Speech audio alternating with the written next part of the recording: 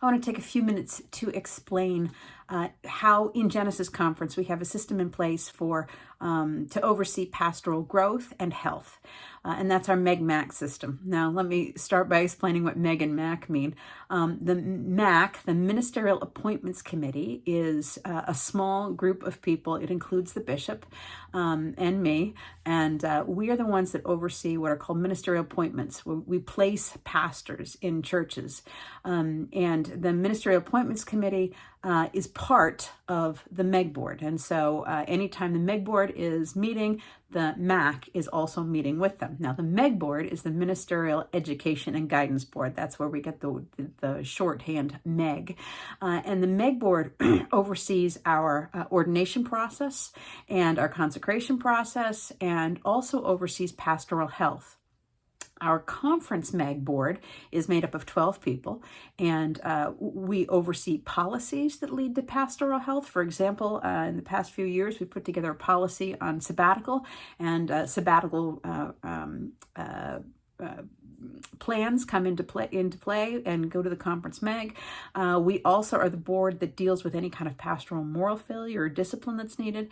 And we're the board that also reads annual reports of those who aren't in our local church system. We're trying to make sure we are staying in touch with our pastors, both inside of our local churches and outside of our local churches, in order to get a sense of how they're doing and any help we can come alongside with.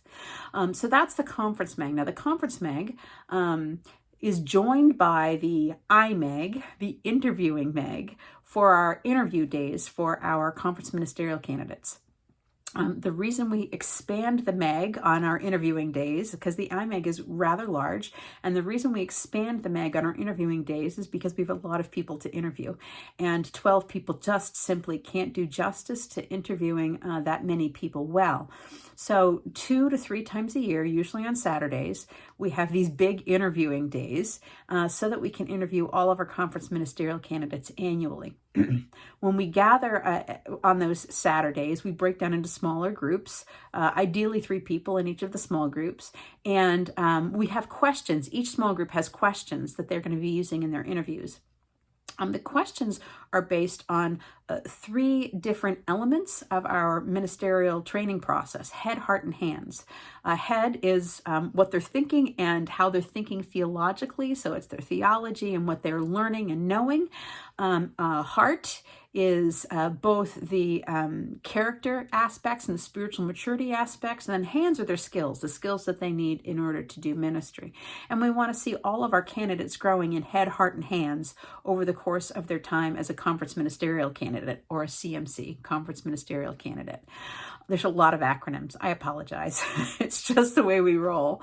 So when we get together for these interview days, each group knows ahead of time who they will be interviewing, and they have different questions. So every candidate should be interviewed by at least 2 or 3 different groups, and the 2 or 3 different groups are actually asking different questions based on whether or not they've been assigned head questions or heart questions or hand questions.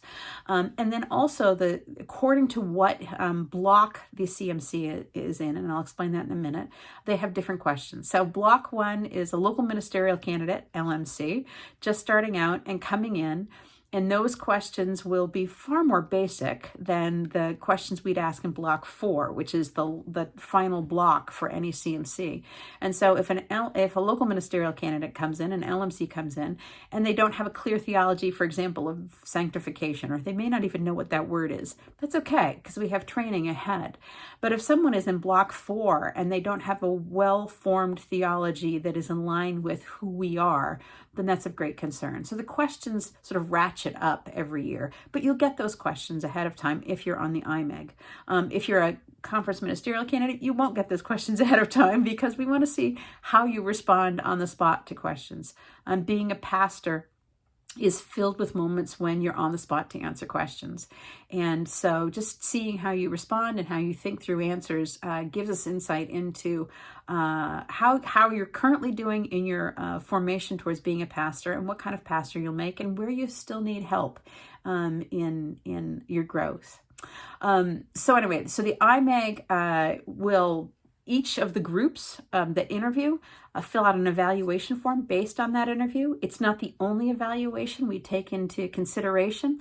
Local mentors also put together evaluation forms, and now our heart coaches and our skill coaches and our trainers will also be filling out that evaluation form. So just because somebody has one bad interview day doesn't mean that that's the way we're going to weigh everything.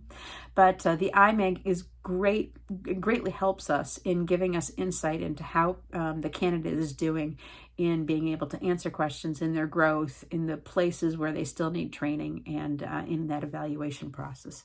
So anyway, that's the structure. We've got the MAC, the Ministerial Appointments Committee, that does that places pastors, does the appointments for pastors. We've got the Conference MEG, which oversees the whole process of ordination and pastoral health.